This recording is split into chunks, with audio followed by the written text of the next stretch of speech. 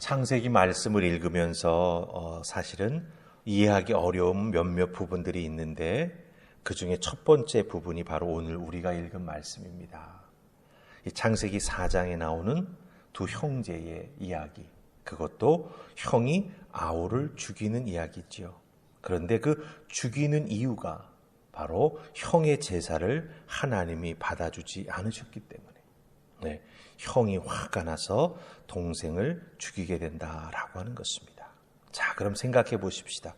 왜 하나님은 가인의 제사를 받지 아니하시고 아벨의 제사만 받으셨을까? 이 질문에 자연스럽게 답할 수 있는 내용이 이 4장에는 직접적으로 나와 있지는 않습니다.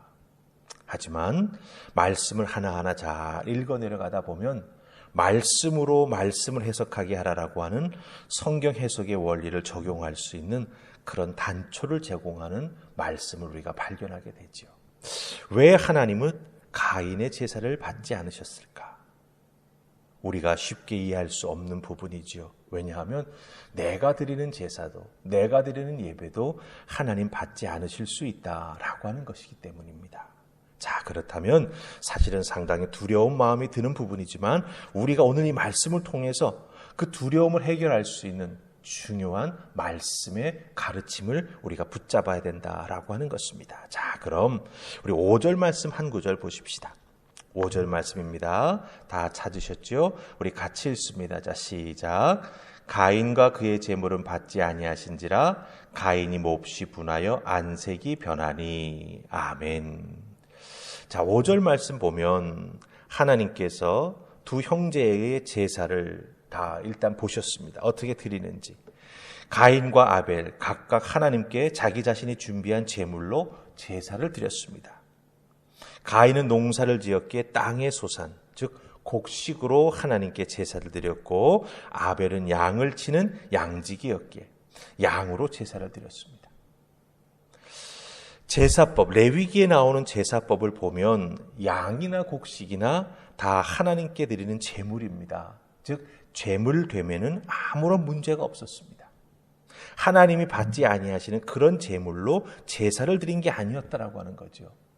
그렇다고 한다면 하나님이 다 받으시는 제물로 제사를 드렸는데 왜 하나님은 가인의 제사는 받지 아니하시고 아벨의 제사만 받으셨을까라고 하는 것이죠. 즉 제물의 문제가 아니다라고 하는 것입니다. 그럼 무엇이 문제일까요? 우리 5절을 잘 살펴보면 거기서 단초를 찾을 수가 있습니다.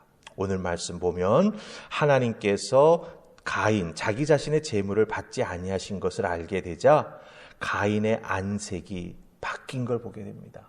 몹시 분하여 안색이 변하니, 이렇게 5절 끝부분은 말하고 있습니다. 하나님이 자기 자신의 제물을 받지 아니하시자 가인은 몹시 흥분하여 안색이 바뀝니다. 자, 보십시다. 여기서 흥분하다라고 하는 이 표현, 하나님이 자기의 제사를 받지 아니하시니까 가인이 흥분했습니다. 이 흥분하다라고 하는 단어의 뜻이 뭔지 아십니까? 불타다. 못못에 불이 붙었다라고 하는 뜻을 가지고 있습니다. 그러니까 지금 가인이 흥분했다라고 하는 건 뭡니까? 가인에게 불이 나고 있다라고 하는 거죠. 이 단어가 사람에게 쓰이면 사람이 불타는 것이니까 무슨 뜻입니까? 사람이 화가 몹시 났다라고 하는 걸 말합니다. 화가 나도 보통 난 게 아닙니다. 아주 많이 난 것을 의미합니다. 가인이 지금 하나님께 화를 내고 있는 거죠. 내 제사를 하나님이 받지 아니하여 주셨으니. 거기에 대해서 지금 가인이 화를 내고 있다라고 하는 것입니다. 자, 그 다음에 뒤에 나오는 표현이 무엇이었습니까? 안색이 변했다라고 하는 표현이 나옵니다. 이 안색이 변했다라고 하는 건 무엇을 의미합니까? 색깔이 바뀌었다라고 하는 거죠. 얼굴 색깔이 화가 나니까 아마 벌겋게 되었을지도 모릅니다. 그런데 이 안색이 변했다라고 하는 단어, 이 문장의 문자적인 뜻은 뭐냐 하면 그의 얼굴이 떨어졌다라고 하는 뜻이에요. 이렇게 있다가 얼굴이 푹 숙여졌다라고 하는 거죠. 땅을 바라보고 있다라고 하는 뜻을 말합니다. 즉 화가 나서 활활 그 화가 타올라서 하나님 앞에서 고개를 숙이고 땅을 바라보면서 자기의 분을 어쩔 줄 몰라 하고 있다라고 하는 의미가 이 안색이 변했다라고 하는 표현 속에 담겨져 있습니다. 그러니까 흥분했다, 안색이 변했다라고 하는 걸 쭉 연결해서 보면은 가인이 지금 하나님 앞에서 화가 나서 어쩔 줄 몰라 하고 있는 것을 우리가 여기서 발견하게 된다라고 하는 것이죠. 가인은 하나님의 판단을 수용하지 못한다라고 하는 거예요. 받아들이지 못하겠다라고 하는 겁니다. 동생과 내가 무슨 차이가 있기에 똑같은 제사 드리고 똑같은 제물 드렸는데 왜 나는 받아주시지 아니합니까? 이것을 지금 자기의 온 몸으로 하나님 앞에서 표현하고 있다라고 하는 것입니다. 자, 그럼 이것을 우리가 어떻게 이해하고 우리가 어떻게 우리들의 신앙생활에 특별히 예배하는 그 모습 속에 적용할 수가 있을까요? 그 뒤에 나오는 표현을 보면 특별히 7절 말씀 잘 보시기 바랍니다. 하나님께서 뭐라고 말합니까? 내가 선을 행하면 어찌 낯을 들지 못하겠느냐 이렇게 말씀하십니다. 그리고 죄가 문에 엎드려 있느니라 이런 표현을 하세요. 이것은 무엇을 의미하냐면 지금 하나님 앞에서 이렇게 화를 내며 얼굴을 붉히는 그 모습만 보고 말씀하시는 바가 아닙니다. 선을 행하면 무엇입니까?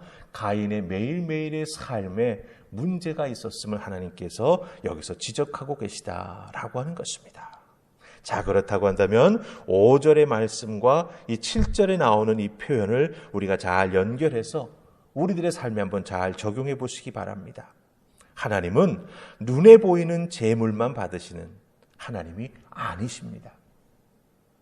특별히 구약 성경 이사야 선지자는 1장 12절에서 이렇게 말합니다. 하나님은 제사 드리는 사람의 삶, 그 사람의 마음을 살피신다라고 하는 거죠. 제단에 하나님 앞에 드리는 제물만 잔뜩 쌓아놓는다고 해서 그 마음이 함께하지 아니하는 제물, 마음이 함께하지 아니하는 제사는 하나님 받지 아니하신다라고 분명히 말합니다. 무엇을 의미합니까? 하나님께 제사 드리는 사람의 삶, 그 마음을 하나님께서 살피신다라고 하는 거죠. 겉으로 드러나는 모습이 아니라고 하는 것입니다. 그 사람이 마음을 다하여 하나님을 사랑하는지, 그 사람이 마음을 다하여 하나님을 경외하는지, 제사 드리는 자가 제사 드리는 그 순간만이 아니라 매일매일의 삶 속에서 하나님을 경외하며 하나님을 사랑하며 하나님의 뜻을 이루기 위하여 신실하게 살아가는가라고 하는 것을 하나님은 살피신다라고 하는 거예요. 하나님 앞에서의 삶은 매일매일 계속되는 우리들의 삶의 제사가 되어야 된다라고 하는 것입니다. 그러기에 우리들이 여기서 깊이 생각해야 될 것은 무엇입니까? 내가 주일날만 예배드리는 자가 아닌가라고 하는 것이죠. 하나님 앞에 나와 1시간 예배드리는 것으로 내 예배의 생활은 끝난다. 이렇다고 한다면 거기에는 하나님이 가인을 바라다 보시는 그 하나님의 마음이 적용될 수 있다고 하는 거예요. 매일매일의 삶, 우리의 일상이 하나님이 기뻐 받으시는 제사의 삶, 예배의 삶이 되어야 한다라고 하는 것입니다. 그렇게 될 때 하나님 앞에 나와 예배드릴 때 우리들의 예배에는 막힘이 없습니다. 하나님 앞에 감사함으로 반가운 마음으로 나아가 엎드리게 되고 그 모습 보시고 하나님께서 네가 정말 신령과 진정으로 예배하는구나. 산제물로 내 앞에 나와 예배하는구나. 그 모습 기뻐하시면서 그 예배를 받으시고 하나님께서 복의 복을 더하여 주신다라고 하는 것입니다. 하나님 앞에 예배드릴 때 은혜를 통해서 감사하는 마음이 넘쳐야 합니다. 흥분하여 우리의 안색이 변하는 일이 일어나서는 안 됩니다. 기억하십시다.